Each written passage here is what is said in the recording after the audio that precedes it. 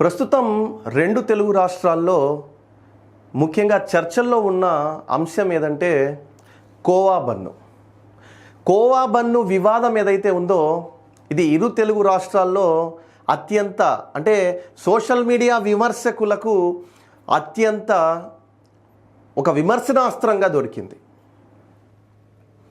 ఈరోజు ముఖ్యంగా మనం చెప్పుకోబోయే టాపిక్ ఏంటంటే అంటే కోవా బన్ను వివాదం తప్ప ఆంధ్రప్రదేశ్లో కానీ తెలంగాణలో కానీ దేశంలో కానీ వేరే టాపికే లేదా? దీని గురించి ఇంత వివాదం చేయాల్సిన అవసరం ఏముంది? ఒక సాధారణ వ్యక్తి కర్నూలులో ఉండే ఒక సాధారణ చిన్న కోవా వ్యాపారి అతను మేడారం జాతరకు వెళ్ళి బన్ను అమ్ముకుంటుంటే కోవా బన్ను కొంతమంది మతోన్మాద జర్నలిస్టులు అక్కడకు వెళ్ళి ఆ కోవా బన్నును నువ్వు ఏ విధంగా ఇలా అమ్ముతున్నావు, ఈ మతోన్మాద జర్నలిస్టు అన్న మాట నేను ఎందుకు ఉపయోగించానంటే అక్కడ అతను బన్ను అమ్ముకుంటున్నాడు, ఇతను వెళ్ళి ప్రశ్నించాల్సిన అంశాల్లో ఇతను ఏదైతే ప్రశ్నించాలో అది కాక ఇతను నీ పేరేంటి అని అడుగుతాడు. నీ పేరేంటి అంటే అతను వలి అంటాడు. అన్న వెంటనే ఇతని రియాక్షన్ చూడండి, అది సంగతి. అంటే ఏమర్థమైందిరా నీకేమర్థమైంది? అతను వలి అన్నాడు, అది సంగతి అని చెప్పి నువ్వు అతని దగ్గరికి వెళ్ళాల్సిన అవసరం ఏమొచ్చింది నీకు? ఇటువంటి వాళ్ళే చూడండి, ఒక సాధారణ కోవా వ్యాపారిని ఒక మతోన్మాదిగా అంటే ఫుడ్ జిహాదీగా ప్రకటించడం అతన్ని, అంటే అతనే అక్కడకు వెళ్ళి మైక్ పెట్టి మళ్ళీ పక్కన కొంతమందిని అతను గుంపును పోగేసి వాళ్లకు మైక్ ఇచ్చి వాళ్ళ చేత అడిగించడం, ఇవన్నీ చూసి నేను ఈ మతోన్మాద జర్నలిస్ట్ అని చెప్పి అతన్ని చెప్పడం జరిగింది. మరి ఈ మతోన్మాద జర్నలిస్ట్ అక్కడ చేసిన పనికి ఈనాడు వలికి ఏమాత్రం డ్యామేజ్ కాలేదండి. మొత్తం తెలుగు రాష్ట్ర ప్రజలు అతనికి మద్దతుగా నిలిచారు. ఎవరైతే కొద్దో గొప్ప విమర్శకులు ఉన్నారో వాళ్లను ఒక కాలుతో తన్నినట్టు పక్కకు నెట్టి అందరూ ఒక్కటయ్యారు, మీడియా వాళ్ళు ఒక్కటయ్యారు. కొంతమంది ఇటువంటి ఆ విషం చిమ్ముకున్న మైండ్ సెట్ ఉన్న మీడియా వాళ్ళు ఆ పర్సన్స్ వదిలి మిగతా వాళ్ళంతా కూడా వలీకు సపోర్ట్గా నిలిచారు. ఎస్, ఇప్పుడు అది తెలిసిందే కదా, ఆ టాపిక్ తెలిసిందే కదా, ఇప్పుడు దాని గురించి ఈయన కొత్తగా చెప్పాల్సిందేముంది అంటారు. రైట్, ఇప్పుడు నాకు ముఖ్యంగా వచ్చిన ప్రశ్నలు ఏంటంటే నా మెదడులో 3 ప్రశ్నలు ముఖ్యంగా నా మెదడులో మెదిలేయండి. అదేంటంటే ఇప్పుడు కోవా బన్ను అంశం మనం అనుకుందాం. కోవా బన్ను అందరూ తినాలని లేదు కదా? ఎస్, అందరు తినాలని లేదు కదా? లేదు. మరి తిరుమల లడ్డూ ప్రసాదం ఏదైతే ఉందో మతాలకు అతీతంగా irrespective of caste and religion అక్కడకు అందరూ కూడా వెళ్తారు. తిరుమలకు వెళ్ళి దర్శించుకున్న తర్వాత తిరుమల వెంకటేశ్వర స్వామిని దర్శించుకున్న తర్వాత ప్రతి ఒక్కరు కూడా లడ్డూ ప్రసాదాన్ని స్వీకరిస్తారు. చూడండి, ఇక్కడ నేను చెప్పబోయే మాట ఏంటంటే నేను ఒక మైనారిటీ వ్యక్తిగా నాకు చాలా బాధేస్తుంది, నాకు చాలా బాధ కలిగింది.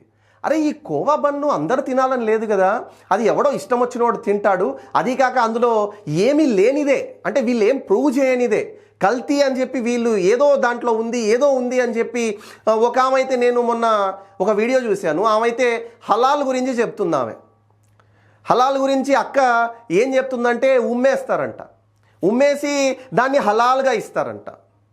ఆ పెద్దక్కకు పేదరాశి పెద్దమ్మకు నేను చెప్పే మాట ఏంటంటే, అమ్మ తల్లి, హలాల్ అంటే ఉమ్మేయడం లేదా ఎరగేయడం కాదమ్మా. హలాల్ అంటే అనుమతించబడినది. ఇస్లాంలో హలాల్ యొక్క మీనింగ్ ఏంటంటే అనుమతించబడింది. దానికి ఆపోజిట్ వర్డు హరాం, అంటే నిషేధించబడినది. ఈ హలాల్ అన్నది ఒక ఫుడ్డే కాదు తల్లి. హలాల్ అన్న విషయము ఆర్థిక లావాదేవీల్లో ఉంటుంది, వ్యాపారాల్లో ఉంటుంది. అదే ఫుడ్ విషయంలో అంటే తిండి విషయంలో కూడా హలాల్ అని ఉంటుంది. ఇస్లాంలో ఈ జంతువు హలాల్, పంది మాంసం ఇస్లాంలో యాక్సెప్ట్ చేయరు, తినరు. అయినా దాన్ని జగన్మోహన్ రెడ్డి కొవ్వు రూపంలో కలిపేసి అందరికి ఇచ్చేసాడు అనుకోండి, ఆ తర్వాత విషయం.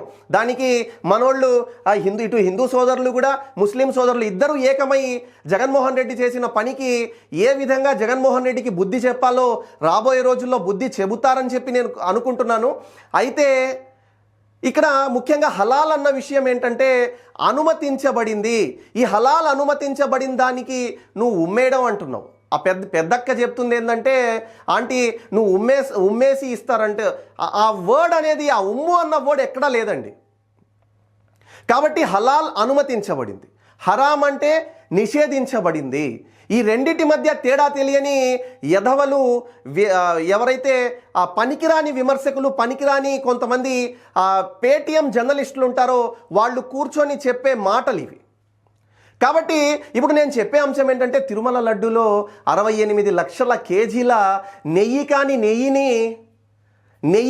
నెయ్యిని అక్కడ భక్తులకు తినిపించేసి దాదాపు కొన్ని కోట్ల లడ్డూలను ఇర్రెస్పెక్టివ్ ఆఫ్ రిలీజియన్స్ అండి వాళ్ళు కెమికల్స్ కలిపేసి, అది భక్తుల ఆత్మగౌరవంపై దాడి కాదా?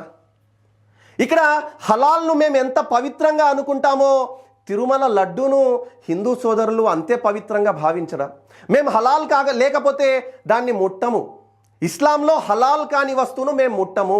హలాల్ హలాల్ అంటే మా ఇస్లాంలో ఈ జంతువులను మీరు తినవచ్చు అన్నదాన్ని మేము హలాల్ వ్యాపార పరంగా నువ్వు వడ్డీ తీసుకోవడం హరాం అన్నారు, అది హలాల్ కాదు అన్నారు. కాబట్టి ఇస్లాం ఎగ్జాక్ట్గా ఇస్లాంను ఫాలో అయ్యే ఏ వ్యక్తి కూడా వడ్డీల జోలికి వెళ్ళడండి, ఇంట్రెస్ట్ జోలికి వెళ్ళడు. కాబట్టి వీటిని హలాల్ హరాంగా పరిగణిస్తారు. అంతే మేము ఎంత పవిత్రంగా హలాల్ను భావిస్తామో అంతే పవిత్రంగా తిరుమల లడ్డూను హిందూ సోదరులు కూడా భావిస్తారు కదా. మరి అటువంటి లడ్డూను వైఎస్ జగన్మోహన్ రెడ్డి, అంటే జగన్మోహన్ రెడ్డి కల్తీ అంటే జగన్మోహన్ రెడ్డి కూర్చొని లడ్డు తయారు చేయడండి. ఇక్కడ అదే అంశము. మనం ఈ వేల కోట్ల రూపాయల టెండర్లు, వ్యవస్థాపక అవినీతి ఏదైతే ఉందో అది జగన్మోహన్ రెడ్డికి తెలియకుండా జరిగింది అని మీరు అనుకుంటున్నారా? జగన్మోహన్ రెడ్డికి 100% తెలిసే జరిగింది. కాకపోతే ఇక్కడ విషయం ఏంటంటే, గతంలో ఉన్న డైరీని వీళ్ళు క్యాన్సిల్ చేసి కొత్త టెండర్లు పిలిచి వీళ్ళు ఇవ్వాల్సిన అవసరం ఏమొచ్చింది ఇక్కడ? కాబట్టి జగన్మోహన్ రెడ్డి వైఎస్ఆర్సీపీ హయాంలో ఏదైతే తిరుమల లడ్డు కల్తీ అన్నది కొన్ని వేల కోట్ల రూపాయల అవినీతితో పాటు ఇక్కడ కోవా బన్నులో వలి ఆత్మగౌరవంపై ఏదైతే దాడి జరిగిందో అదే ఆత్మగౌరవంపై దాడి తిరుమల లడ్డు విషయంలో కూడా హిందూ సోదరులపై జరిగిందన్నది ఇక్కడ మనం కాదనలేని సత్యం. కాబట్టి మనమందరం, నేను ఒక మైనారిటీ సోదరుడిగా నేను ఏదైతే చింతిస్తున్నానో, బాధిస్తున్నానో ఆ విషయంపై ప్రతి ఒక్కరు కూడా గళం విప్పి ఏదైతే ఇటువంటి మరోసారి పునరావృతం కాకుండా ఇటువంటి చేసిన వాళ్లకు ఖచ్చితంగా శిక్ష పడేంత వరకు కూడా ఎవరు తగ్గకూడదన్నది నా అభిప్రాయం. రైట్. అదేవిధంగా ఇక్కడ చూడండి, ఒక సాధారణ కోవా బన్ను వ్యాపారిపై విరుచుకుపడే మన సోషల్ మీడియా విమర్శకులు తిరుమలలో జరిగిన భారీ కుంభకోణాన్ని ఎందుకు ప్రశ్నించట్లేదు? ఎందుకంటే వాళ్ళు అమ్ముడు పోయారు కాబట్టి. నా వీడియోస్ కింద కూడా కామెంట్స్ వస్తాయి, నువ్వు ఎంతకు అమ్ముడు పోయావు, నీకు ఎంత ఇచ్చేశాడు చంద్రబాబు. ఎవరు ఏమనుకున్నా కూడా నా అభిప్రాయాన్ని నేనేంటన్నది నాకు తెలుసు. నా అభిప్రాయాన్ని నేను ఎట్టి పరిస్థితుల్లో కూడా చెప్పకుండా ఉండలేను, చెబుతాను ఖచ్చితంగా. నా మీద ఎన్ని విమర్శలైనా రానివ్వండి.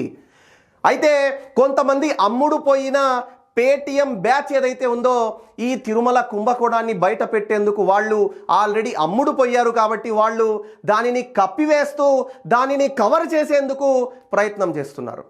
ఏది ఏం చేసినా కూడా వాళ్ళు విశ్వాసాలతో వైఎస్ఆర్సీపీ ఆడుకుంది కాబట్టి రాబోయే రోజుల్లో ఖచ్చితంగా ప్రజలు గట్టి బుద్ధి చెబుతారు. ఈలోపే వాళ్ళు ఏదైతే చేసిన పనుందో దానికి శిక్ష అనుభవించక తప్పదు. Thank you so much for watching. This is Nizam.